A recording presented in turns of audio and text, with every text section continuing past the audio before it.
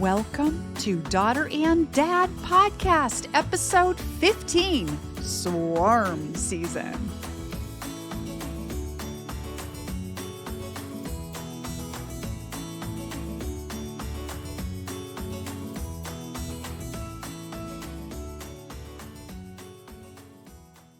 Hola, Prue. Hola, Papa. You look great. Dad, you look great. Hey, we kind of match with colors today. My green background, your green wall, your green shirt, and I your know. nice green plant behind you. Green is the color of spring, and spring is popping up all over Albuquerque. Well, folks, this is not a halo because I'm not an angel yet, but it's the sunflower from my yard. I'm going to try to move out of the way so you can see it. There I go. Whoa, look at Dad's sunflower. And it's not that big, but it's pretty big. Oh, man, Dad, you're going to have big sunflowers this year, I predict. Yeah, and the hummingbirds and the bees are coming, dive bombing in. It's like O'Hara Airport. The big bumblebees love sunflowers. I can see that. Yeah. I can see that. But I am watering them almost every other day because they have big leaves and, of course, big flowers. They need lots of water. They do. There are some drought tolerant varieties, but all plants like water, so it's always good to water your garden. My fig tree, Prue, is loaded with hundreds of figs. And it is so amazing. Wow. To me, a fig tree is a miracle because it grows by about 3 feet in every direction every year. And this tree is 12 feet high now, at least 10 feet wide. Its leaves are humongous, but it's covered with figs. And for the first time, I believe the mockingbirds won't be able to eat all my figs. I'll get a few. Dad, that is incredible. I know that with the slightly wetter winter that we both had and the wet spring we've had in the early part of spring, I think that is added to how much fruit production we're both having. The mulberries are out of control. They're just starting to ripen now. The driveway is covered in a layer of mulberries I have to sweep up later. Well, that presents a problem. The problem is this. Has your dog, Jengo, or Dr. J as we refer to him, has he gone to a dog AA meeting? Because the word I get, he loves mulberries, but it gives him a high. It does. Mulberries, fresh ripe white mulberries will make a dog slightly have an expanded conscious experience. And Jengo has been partaking. Dad, he needs doggy AA for sure. Hi, my name's Jengo, and I'm a mulberryaholic. Dad, his poop is just completely chock full of mulberry seeds. It's insane. So he's really going to town on those. Well, he has a good colon. He does have a good colon. We don't have to worry about fiber with that dog. He likes all kinds of fruit, actually. He loves blueberries, strawberries, apples. I gave him a piece of a peach this morning, and he loved it. He also likes bananas. He's the strangest dog I've ever met. Does he like other dogs' poop? He does not. Well, he likes to sniff it, but he's never eaten another dog's poop. That's a good thing. Yes, I know some dogs really like to do that, but he is not one of them. I have a question for you. Yes. Okay, I could say, is this a medical question? No, but kind of it is. Yeah. Okay, in South Texas and Albuquerque, because of your height, you're much closer to the sun than I. Sunscreen. Okay, so you should be wearing sunscreen, but not all the time because your body needs some sun. Yes, it does. Okay, for vitamin D. Real sun. Now, I had 2 good brands of sunscreen. One, kind of a face cream and moisturizer, and a really top-notch brand, but unscented because I like unscented things, okay? What's going on? Nice. Okay, SPF 35. Then I had a cream I use for my hands and legs if I walk out in the hot sun in the afternoon and go for a long walk. Well, this week, I was reading an article about sunscreen online, and the article listed about 5 or 6 carcinogens. And so I said, well, I'm going to check my two sunscreens. Each of them had a single carcinogen. I took them and I just tossed them away, put them in recycle. I said, that's it. So I know you can make your own. I don't want to go that route. But do you know, maybe perhaps some of our listeners would know of a good unscented sunscreen that has no carcinogenics in it? I think if you get the ones that are the 100% mineral sunscreen, you're going to be safe. And I do buy, and it's a little on the pricey side compared to buying, say, the Neutrogena sunscreen at Walgreens, but I do get That's a, what I had. yeah, that's what I used to use. And then I bought 100% mineral sunscreen at Sprouts, and which is also, it's a Sprouts brand. It is 50 SPF and it does not irritate my face. It's completely unscented. Ah, Yeah, and I know that they have, I'm sure Whole Foods has their own version, but if you go for the mineral sunscreen, a mineral sunscreen is literally using ground up mineral to coat your to coat your skin. So it provides that reflective surface. It's not getting into your body. okay. Yeah, it's a physical barrier. So I'll check that out. Yeah. It makes me take a ride over to Sprouts, which is on the other side of Route 281, which I think I need a passport for since I never really had money. Well, there's nothing wrong over there. It's a nice side of the city, but I never go that way. I always go the other way. Dad, I can relate to that. Albuquerque is not nearly as big as San Antonio, either land wise or population wise, but there are parts of town that are perfectly wonderful. I never go to. I stick to the same areas. I'm a creature of habit. I like to go to, I've got two Sprouts. Each are, one's about a mile and a half away, the other's 2 miles away. So I can go to either Sprouts. Usually I go to the one that's next to the True Value hardware store because Daniel likes to go in there while I go into Sprouts. Well, for our viewers or listeners who don't know what a Sprouts is, other than something you throw on a sandwich with cream cheese or something else, what is Sprouts?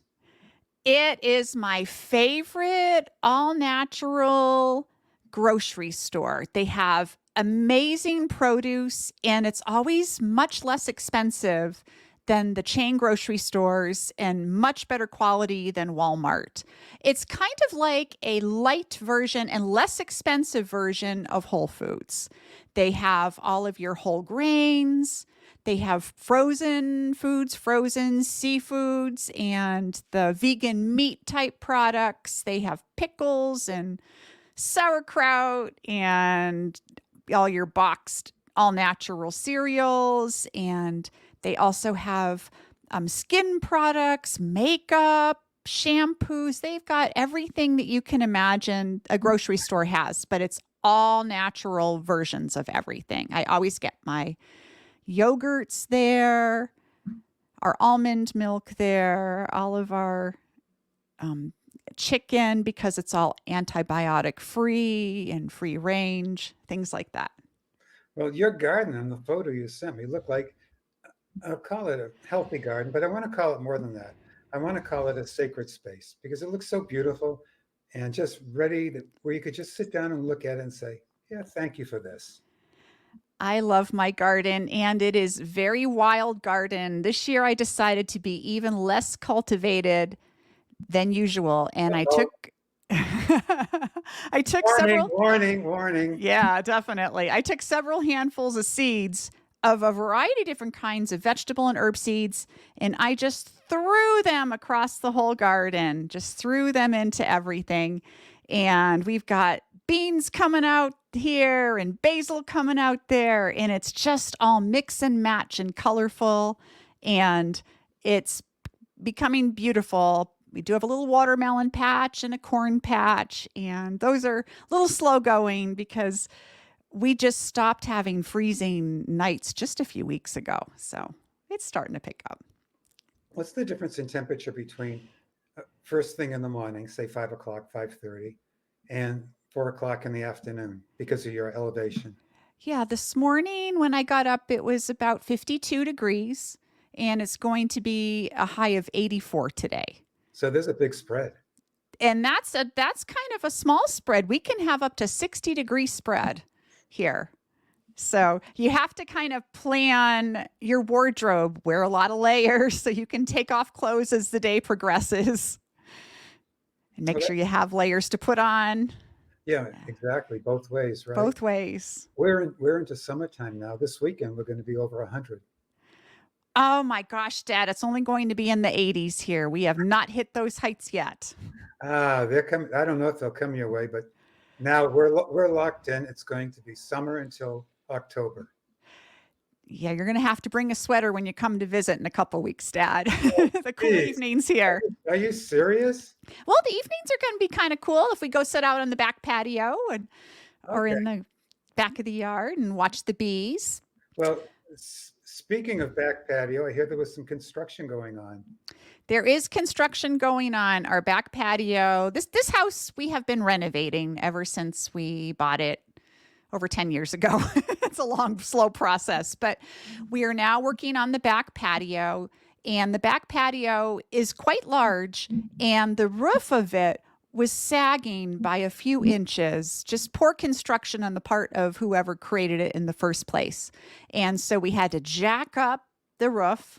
And this past weekend, Daniel and our son Lewis helped put in a bunch of beams to keep the roof straight, and they were able to take out the support beams. It looks a lot better. We're going to put a tin roof ceiling underneath Oh, that's nice. and 2 ceiling fans and a mister so that in the heat of the summer you can turn on the mister and have a little little slight mist going on, which I know Jengo is going to love. The first time I saw misters were in Tucson some years ago, just because the temperatures down there in the summertime are just really hot. They are. But you could sit outside because the misters kind of cooled everything off. They And you never do. got wet. No, you don't get wet. It's an evaporative cooling effect. The mist evaporates immediately, and that change in temperature makes your skin feel cool. So we are putting a mister in. We've been looking at those online and are going to order one. And it's going to be beautiful now. Probably won't all be done by the time you get here, but at least the roof isn't sagging anymore. I'll be safe from a roof crashing in on me. That's right. That'll be a good thing. Well, I Yeah. went to the gym today, had a great workout. What'd you do, Dad? Well, today on Tuesdays and Thursdays, it's elliptical only. Monday, Wednesday, Friday, it's weights. I'll also walk a little later tonight. But when I went into the gym today, honestly, this guy was so funny. He had such a grumpy look on. It looked like he would kill for a cup of coffee. Then I realized I was looking into a mirror. I was just going to say, Dad, I've been there giving up coffee. Now, I've given up coffee so many times in the past. I am currently not on coffee. I do have a cup of tea, green tea in the morning, and that's all the caffeine that I have been having. But it's so easy to slip back into that coffee routine. It's so good. It smells good. It's a nice ritual. I'm also caffeine free, so that was just a joke. But I do drink decaf coffee every morning, and I found the best decaf coffee. The only place I can buy it is at Whole Foods around here, Yeah. and it's Peet's, Peets, decaf coffee, and it's the only decaf coffee I've found around here where they use the water process to decaffeinate it, so you're not getting all the bad chemicals. Oh, Dad, I'm going to have to check that out. And it's a dark roast, and it actually tastes pretty darn good. That sounds delicious because I wouldn't mind a cup of decaf coffee in the morning. True, but I'll tell you, it's just a quick step over to the dark side. I know. That's what I'm worried about. Yeah, It's I- like Dr. J and the mulberries. Once that dog starts eating them, he can't stop. make sure you're not online, no one's home. You brew it so Daniel can't smell it. Then go in a closet and sip it. Something like that. Yeah. You go like, who, me? I didn't drink coffee. Why are you so jittery, Prue? I'm not jittery.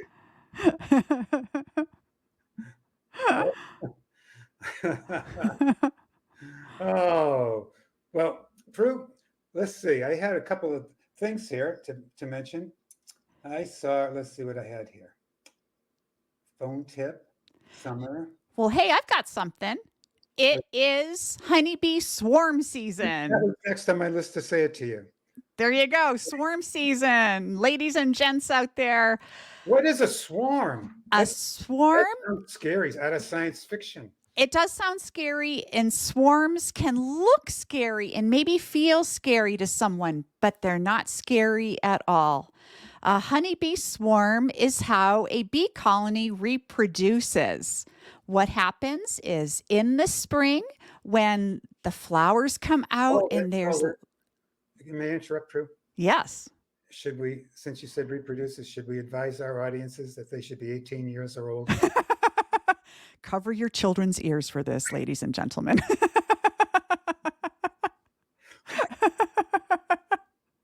The birds and the bees, Dad. Literally. Literally. Continue. Okay, so in the spring, when the pollen and the nectar from the flowers is producing, the honeybees go crazy collecting. And in that time, the queen starts laying lots and lots and lots of eggs to produce more bees. And some of those eggs, the honeybee workers in the hive, the nurse bees, give extra nutrients to, and they become new queens. So you may end up with 2 or 3 new queens being born into this hive. And the first queen that is born generally waits for the others to start being born, and then she'll kill the other new queens. She's vicious. Oh, yeah, Dad, it is survival of the fittest here. And so you end up with 2 queens in that hive. Ladies. So you end up with the old queen who has already been in the hive, and you end up with this new queen who has killed her competition. Oh, how? Where'd those balloons come from? I have no idea. Seriously? I think it's when I did something. I don't even know what I did. I must have said something. But anyway, so the original queen who was already in the hive, she gathers half of all the hive workers together and they leave the hive. And that is a swarm. And they will go and swarm and find a new home. And sometimes you might see a bee swarm out in the wild. It looks like a big ball, might be elongated, of bees typically hanging off of a bush or a tree branch. And what they do is they rest in that position. And when they're resting in that position, they don't have a home to defend. So they are not aggressive. They are not going to sting you. In fact, you could pick up a handful of bees that's in a swarm with your bare hands and you would not be stung. Wow. Yep, nothing to defend. They're just all gathered around the queen looking for a home. And they send out scouts ahead of the way, and those scouts will return back and they will using a series of movements, dance, let the rest of the hive know, oh, there's a pretty good home over there. And a lot of times around here in Albuquerque, it's somebody's roof, like their canales that come out of the roof, or, gutters in other places, and they might get under your roof or into your walls. And so they often find places that maybe you don't want a beehive. If that ever happens to you, any dear listeners out there, you want to call a beekeeper to remove those bees. You don't want to call an exterminator. A beekeeper's happy to come and take the bees out of your roof or out of your wall and give them a new home. And if you see a swarm, usually every county out there has a county extension number. Our phone number here in Albuquerque is 311.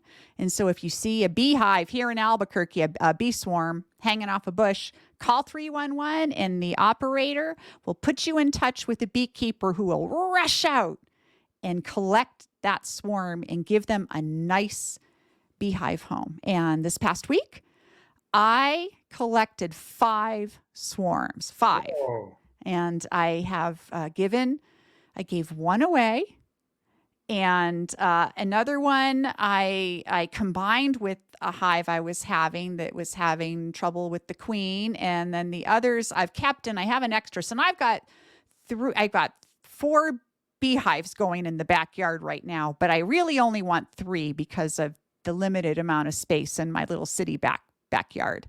And so one of them, when the bees produce all this new colony produces comb and brood and honey in the little bee box I gave them, I am going to find another beekeeper who would like to have that colony. Well, where do they come from? They must come from a beekeeper, right? They don't come from the wild, right? No, well, Dad, it can be either or. Sometimes, if you're a beekeeper, every once in a while, your hive, you may have a really crazy spring where your hive just decides to swarm, and you've missed by going into the hive. You're supposed to do hive maintenance, go in and check out and make sure if there are any queen cells, you either kill those queen cells so your hive doesn't swarm, or you take those queen cells and some bees and some honey and brood, and you put them in another box. That's called doing a split. And then that new split will become a whole new colony for you. But sometimes you miss a queen cell, or some beekeepers, they don't know what to do. They haven't educated themselves, or they give up, or they're tired, or I don't know, lots of reasons. And then their bees may swarm. But what's kind of interesting is that I would say every swarm that I collected here in my neighborhood came from a big, huge dead tree that is actually right next to our property and a neighboring yard. And this is a very large old tree. It's half dead, and you can see where the bees are coming in and out, and the swarms are coming from there. So there's a mega colony in there, probably with many multiples queens. And I don't know how many swarms that thing has shot out, but I would say probably at least 10. Ah, We've caught a couple. We've saw a couple flying over the neighborhood that didn't land anywhere that I could tell where they landed. So I've called the city about that tree, and they're going to call the homeowner, but it's up to them what they do. yeah, for sure. Actually, when you said the bees had nothing to defend, it reminded me of St. Francis, who would say, if I have nothing to defend, I don't have to worry about defending it. All I can do is serve you and love you. There you go. That's just like the bees, Dad. Nothing to defend. Right. It's really true. If you're not defending something, you don't have to worry about it. That is a beautiful way of thinking about life in general. I think too many times we hold things too close because we're afraid of other people taking them away from us or losing value in something, when we should just be more open. And most of the things we worry about, they're meaningless anyways in the long run, Dad, that is so true. right? That is right. Worried about this? Yeah. 6 months from now, you won't even know what that was. Exactly. Yeah, exactly. Oh, for sure. Well, Prue, I think this has been really a blah, blah, blah. Better cut that part out. I think this has been really good. We've been going for 25 minutes, I see. Oh my gosh, Dad, it only felt like 5 minutes. Yeah, it just went boom, boom, boom. It did. Well, one thing, folks, we all know it. You can't see that. My iPhone. Yes. Okay. This is my iPhone tip, and I had to look it up. I got it right here. Now, have you ever been pestered by these robocalls? Now I'm getting pestered like crazy from political calls. Okay, I use my iPhone and I silence unknown callers. That gets rid of them. But the other day, I had my HVAC people coming, and my HVAC people needed to call me 1 hour before they're coming here. They're not on my contact list. So I had to put that on. Doggone it, did. And I start getting these calls. And I said, this has to stop. Well, I looked online, a little trick here if you have an iPhone. See, this button is on my right-hand side. Okay, it's a single button on the right-hand side. I have an iPhone 15. If you quickly, when you get that crazy call, you don't want to hear it. If you do a quick tap, tap, push it twice quickly, the call will automatically go to your messages. If you want to let it ring, but silence the ring, just quickly press it once and it'll silence the ring. That way, you don't have to silence those other calls. You can send them to message and delete their messages. Well, that's my iPhone tip. There, Got that, Prue? Dad, that was an excellent tip. I highlighted you on stage there so that everyone could see exactly which button to push. And I am going to Don't do push my this. buttons, Prue.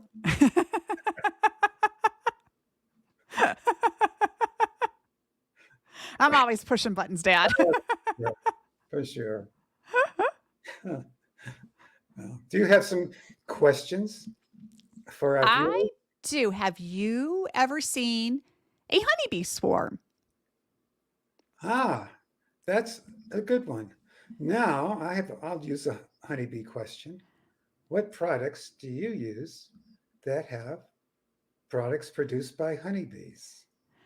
Ooh, that's a great question because there are actually so many products. I hope we get some good answers in the comments. Well, let's see. We'll highlight someone who can give us the most products where honeybee products are used. They will win a glorious prize.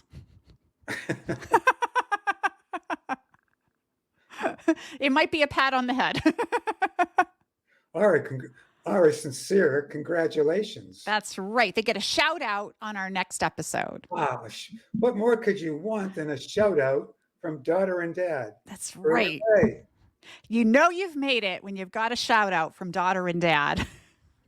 Aw, you have nothing else to do but watch us. Folks, we love you and thank you for listening to us or watching us, not tuning us out.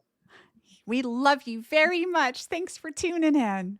Adios, amiga. Adios, Papa. Hey, thanks for listening to Daughter and Dad Podcast. Please visit our website at daughteranddadpodcast.com. We love you.